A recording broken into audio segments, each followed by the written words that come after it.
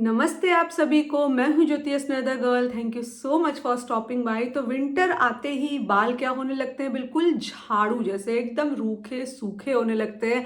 Dryness, fridge सब कुछ होने लगती है बालों में। तो आज के वीडियो में मैं शेयर करने वाली हूँ विंटर हेयर केयर रूटीन, लेकिन अफोर्डेबल कैटेगरी वाला। बहुत ही हम मिनिमल प्रोडक्ट्स इस वीडियो में डिस्कस करेंगे। मिनिमल प्रोडक्ट्स यूज करके कैसे हम अपने ड्राई बालों को ड्राइनेस उनकी हटा सकते हैं, कैसे फ्रिज को कंट्रोल करके रख सकते हैं, लेकिन affordable products and minimal products के साथ सिंपल हेयर केयर रूटीन। बहुत ज़्यादा तामझाम नहीं, क्योंकि ऑनेस्टली बताऊं, जब बहुत ज़्यादा ठंड पड़ती है ना तो बाल धोने में एकदम हालत ख़राब हो जाती है ना। तो बस चलिए फटाफट से ये वीडियो स्टार्ट करते हैं। एंड ये रूटीन बिल्कुल ट्राइड एंड टेस्टेड है, प्रोडक्ट्स बिल्कुल ट्राइड एंड टेस्टेड है, क्योंकि सब मैं खुद पे यूज़ करके उसके बाद ही आप सबके साथ शेयर करती हूँ। तो किसी भी प्रोडक्ट का लिंक चाहिए तो डिस्क्रिप्शन बॉक्स चेक करिएगा। All of them are from Amazon, जिसपे ग्रेट डील्स एंड डिस्काउंट्स चलते ही रहते हैं। तो अच्छे अच्छे affordable products, deals and discounts के लिए डिस्क्रिप्शन बॉक्स चेक कर लीजिए। अच्छा, पहले मैं अपने हेयर टाइप की बात कर लूँ तो इन जनरल मेरे जो बाल हैं वो बहुत ज़्यादा ड्राई एंड फ्रीजी नहीं होते, हल्के फुल्के से रहते हैं। बट विंटर आते ही थोड़े ज़्यादा ही हो जाते हैं। उसके साथ ही साथ में मेरी जो स्कैल्प है वो ऑयली है, एंड जो मेरे लेंथ है ये स्लाइटली ड्राई एंड फ्रीजी है। आप देख सकते हैं जो फिलहाल नेचुरल टेक्सचर है मेरे बालों का, वही आपको यहाँ वीडियो में दिखाई दे रहा है। सो बात करूं अगर मैं सबसे पहला स्टेप, जो मेरे लिए सबसे पहला स्टेप है हेयर केयर रूटीन का, वो है बालों को ऑयल करना। अगर आपको नहीं सूट करता तो आप ओवरनाइट मत रखिए, लेकिन मैं सजेस्ट करूंगी कि एटलीस्ट विंटर में, अगर आपको कोई मेजर इशू नहीं होता हेयर ऑयलिंग से, सिर्फ आलस की वजह से आप नहीं लगाते या चिपचिपेपन की वजह से आप नहीं लगाते, तो प्लीज़ एटलीस्ट विंटर में तो आप बाल धोने के एटलीस्ट आधे पौने घंटे पहले बालों में अच्छे से ऑयल की मसाज करें। जो भी ऑयल आपको सूट करता हो, जो भी ऑयल आपके बजट पे, आप कोई भी होममेड ऑयल भी लगा सकते हो। जब मेरी मम्मी चंपी करती तो वो घर के बने हुए सरसों के तेल से करती हैं, लेकिन जैसे मैं हूँ, मम्मी के पास नहीं हूँ, तो मैं दो ऑयल जो मैं लगभग मैंने इस पूरे साल यूज़ किया है, मैं आपको दिखाती हूँ। These two oils, net habit का ये हेयर ऑयल और ये आपका इंदु लेखा का भृंगा हेयर ऑयल, ये दोनों हेयर ऑयल मैंने इस पूरे साल यूज़ किए एंड मुझे बहुत ही अच्छे से सूट किया है। दोनों ही मतलब ऐसा हेयर फॉल को पहले तो बढ़ाते नहीं, आपके हेयर फॉल को भी कंट्रोल करके रखते हैं, और बालों को भी अगर आप इनको यूज़ करके दें शैम्पू कर रहे हो तो बालों को भी अच्छा मैनेजेबल बनाते हैं, ड्राइनेस को बहुत हद तक कम करते हैं, एंड फ्रिज को भी थोड़ा बहुत कंट्रोल करके रखते हैं। तो ये जो दो हेयर ऑयल है मैंने कॉन्स्टेंटली यूज़ किए हैं एंड मुझे इससे बहुत अच्छे रिजल्ट्स मिले। हेयर फॉल का इशू नहीं हुआ है, हेयर ब्रेकेज वगैरह कुछ भी नहीं होता, बाल काफ़ी अच्छे से मॉइस्चराइज्ड एंड नरिश लगते हैं, बाल बहुत अच्छे से कंडीशनड लगते हैं।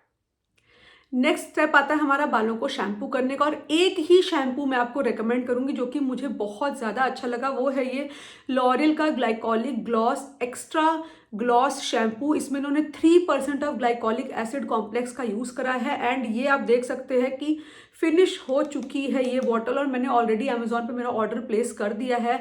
ये शैम्पू मुझे बहुत ही ज़्यादा अच्छा लगा। अच्छा इसलिए लगा कि मेरा जो सबसे बड़ा कंसर्न होता है किसी भी शैम्पू को लेकर, पहले तो सबका ही होता है कि हेयर फॉल ना बढ़े, हेयर फॉल नहीं बढ़ता। दूसरा जो मेरा कंसर्न है वो ये है कि भाई जो मेरे बालों का जो नेचुरल टेक्सचर है, जैसे भी है मेरे बाल वैसे ही रहे, उन्हें और ज़्यादा ड्राई या फ्रिजी ना बनाए वो शैम्पू।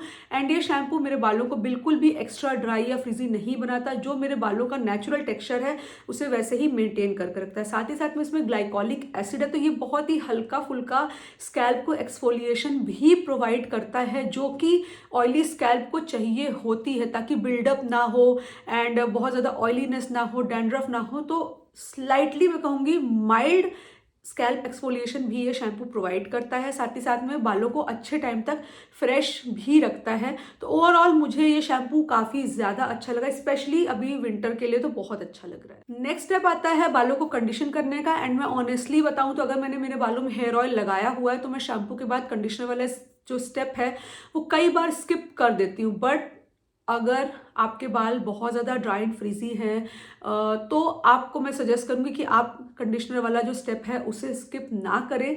कंडीशनर आपके बालों को बहुत ही अच्छे से कंडीशन करके नरिश करेगा एंड आपकी ड्राइनेस को भी कम करेगा और आपके फ्रिज को भी बहुत ही अच्छे से कंट्रोल करके रखेगा। तो अगर आपके बाल बहुत ज़्यादा ड्राई एंड फ्रीजी होते हैं स्पेशली मानसून में, तो कंडीशनर को स्किप नहीं करिए and you will see a difference.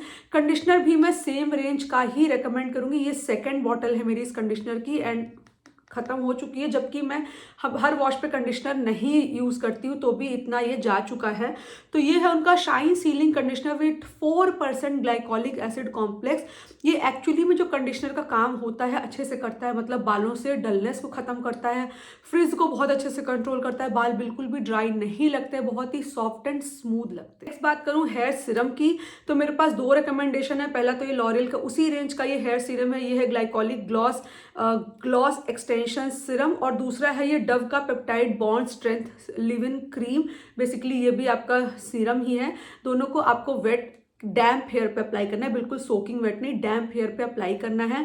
ये वाला जैसे मेरे जितनी अगर हेयर लेंथ है तो ये वाला अगर आप 2 सेक्शन में बालों को डिवाइड करें तो यू जस्ट नीड एक सेक्शन के लिए, इतने सेक्शन के लिए 1 से 2 ड्रॉप, उससे ज़्यादा बिल्कुल भी नहीं, अदरवाइज बाल फिर बहुत ज़्यादा फ्लैट लगने लगेंगे।